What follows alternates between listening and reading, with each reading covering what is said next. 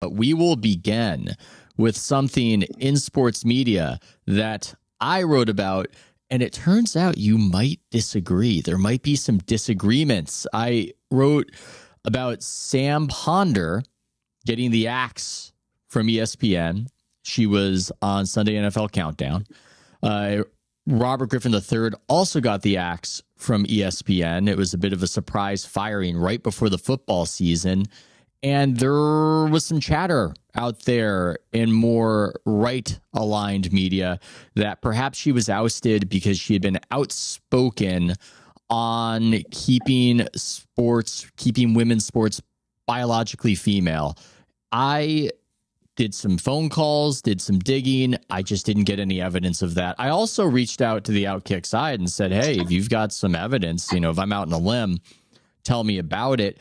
I just had no evidence that it had anything to do with the ouster. But you think, Ryan, politics might have been a factor here, or am I wrong? So, we've talked about these like metaphorical pie charts a lot of times. And I think that the political tweets were a piece of the pie and perhaps a precipitating factor in the timing. Because so let's go back. There's like several reasons why Ponder was let go, and there's several different reasons why RG3 was let go. But the main underlying reason is that for both of them, for one reason or another, the central powers that be have decided they're not in our long-term future plans. And so once they make that decision about you, then they decide, well, do we have any more use for them, or can we, get this like kind of cost cut? Well, put a bookmark in the cost cut. I'll get back to that later.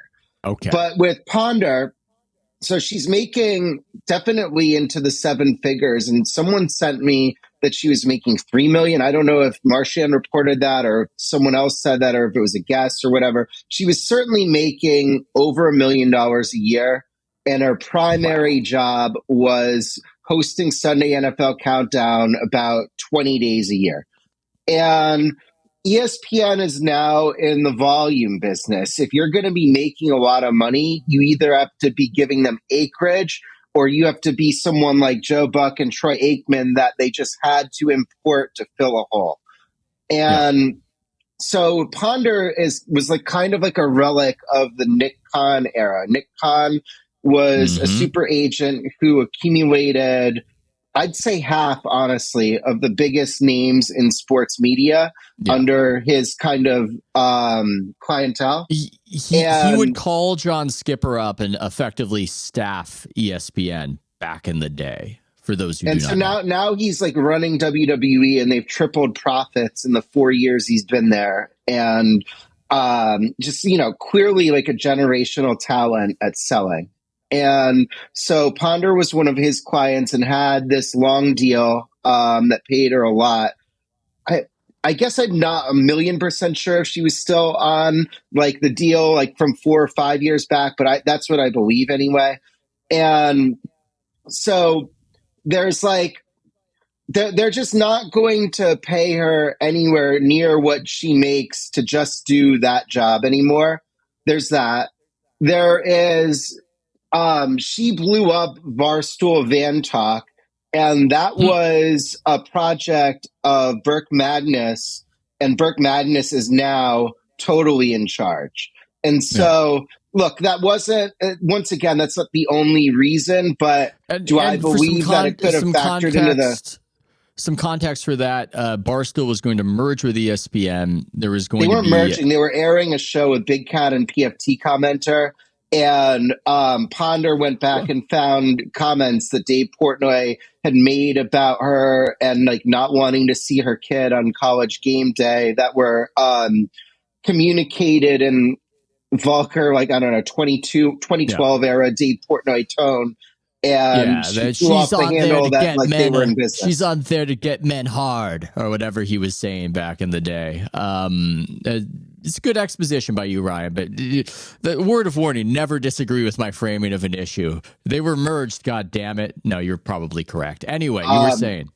So there's that, and then with the cost cutting part, they So this has like been explained to me by my father-in-law, who was like a finance director at Allstate for a number of years. So he like understands the accounting and stuff. And so people are like, how are you saving money when you're still paying them? Well, the answer to that is they front load the entire like liability of RG3 and Sam Ponder's contracts. Let's call it they're collectively owed, I don't know, $8-10 million.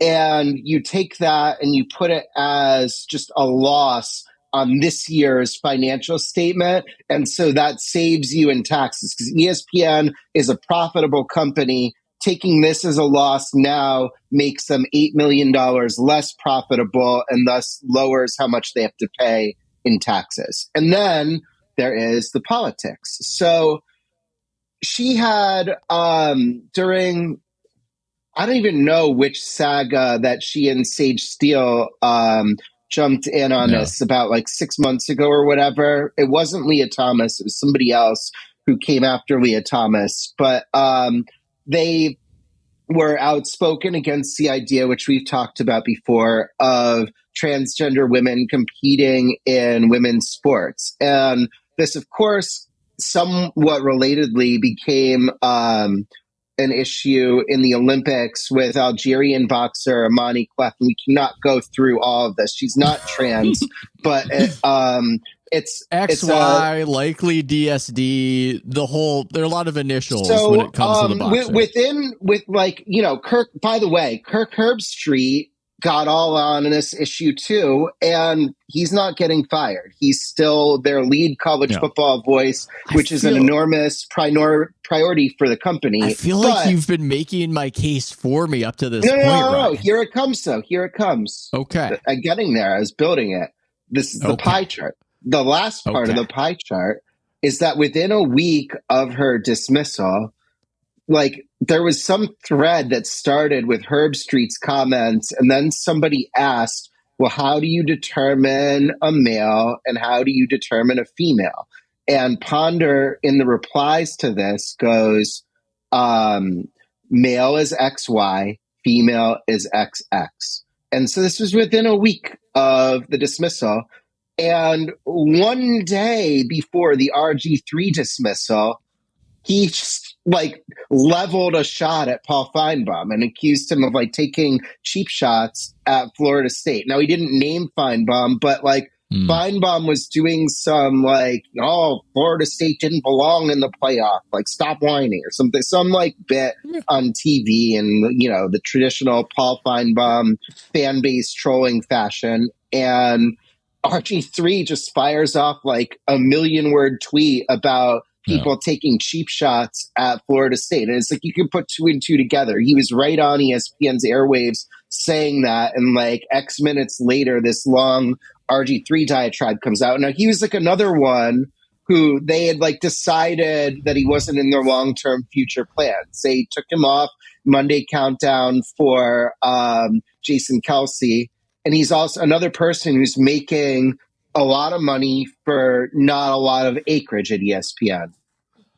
But both of them, within the week of it happening, had these tweets that the company wouldn't like, and then they were gone at the same time. So do I think like it was the main underlying reason? No, but I think it might have been the proverbial straw that broke the camel's back with both of them. And, you know, if you call ESPN and ask them, it's going to be no, cost cuts. But I don't know. That's just my deductive reasoning.